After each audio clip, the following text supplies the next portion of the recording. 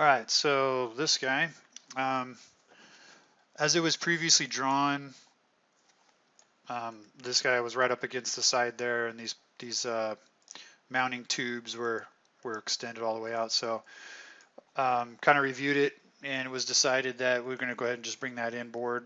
That way we can rock all the way around, and structurally having it that cantilever would just be quite a nightmare. So that brings that inboard here. So these are all of our parts.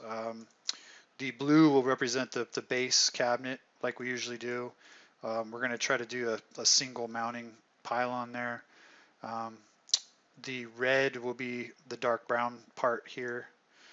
So we're just going to make it, I'm going to use 1.5 inch square tube for structure up through the whole thing in these two spots, and that will give us our rigidity. And I'm just going to make that box as wide as that. We'll just go ahead and burn that here and here. Let's burn it all in, and then we'll go ahead and Lord's. We'll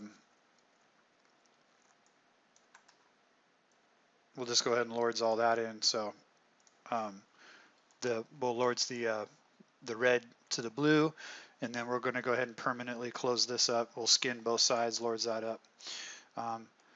The purple will be the white cabinet with the push-throughs, and then instead of having this pipe thing and then trying to get glow and all that, and how do you get the LEDs?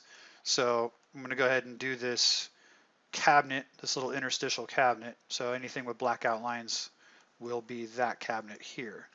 So what we'll have is the structure of the cabinet will be here, and that will contain all the power supplies and everything like that.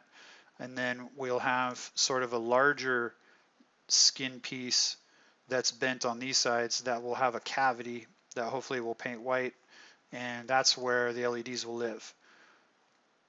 So that'll be kind of the skin on that. And then this will continue along the back side, and that's where the LEDs will go around. The front side will be completely all the way down. This end will extend all the way down. So when you're looking at it from the street, you won't see anything. But the LEDs will just live all in here. And then that should all here LEDs, and so that should give us a nice glow out. So that guy will go here, this guy will go here, that'll be there. We'll permanently, once this is all Lordsed, then we'll go ahead and permanently mount this to this, and then all of this will permanently mount to that. And we'll just go ahead and Lords this to this. Now, once all this is together, the face will be removable, and there's going to be a permanent part here. So I will go ahead and we'll make some holes, some access points here in this area, so you can take this face off, and then you can get into this box. Whether or not I might put a lid here or just keep access where you have to take that off, that's fine. So basically we'll have screws here.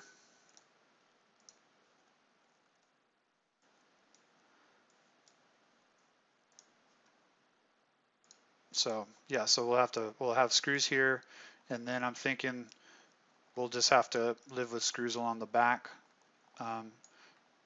So this cabinet will be built in such a way that when it comes in, you can have screws here, screws here. That way it minimizes the amount of screws, and we have access here. Let's see. So yeah, that'll be our gap for light. So it'll come out here. And like I said, I'll have a hole in this purple backer to access here. Things in magenta, this is 1.5 by 1.5 by 1.5 square tube, but these will be here just to run primary. So they'll be able to, the install will have to dig in, and they can run primary up into here.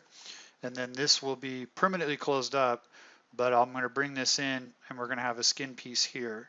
So we'll be able to take the back off of this, and we'll have access, and it'll be really skinny here, but we'll be able to put the switch here, and inside this pocket, all the primary is going to live in here. So we just show primary coming up, make a junction to the switch. The switch will be accessible like we do with a recessed hole, and then just fish the wire in, and then once you take this face off, we'll have access here.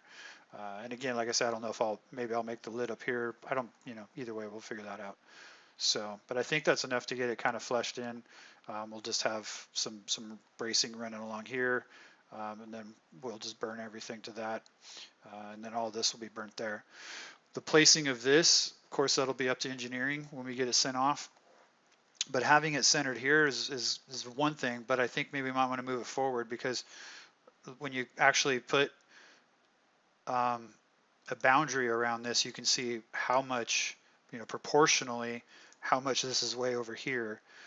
However, once this is rocked, this will be heavier than this, so maybe splitting the difference, putting this in the center of the load puts it way over here, but this will have rock on it, so, and this will be heavy with push throughs, so maybe we might just want to split the difference and maybe kind of draw it a little more forward, though, not just in the middle of this box, so we don't have too much counterweight here.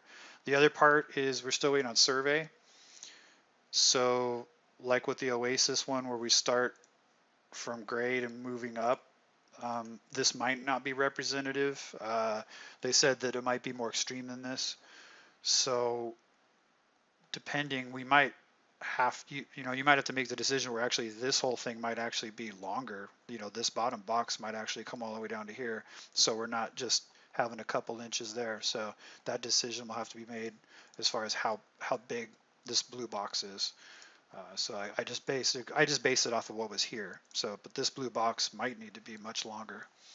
So anyway, I think that should do it. I think that's a good solution, and if it gets stamped, then we'll be at a good point to take off from there.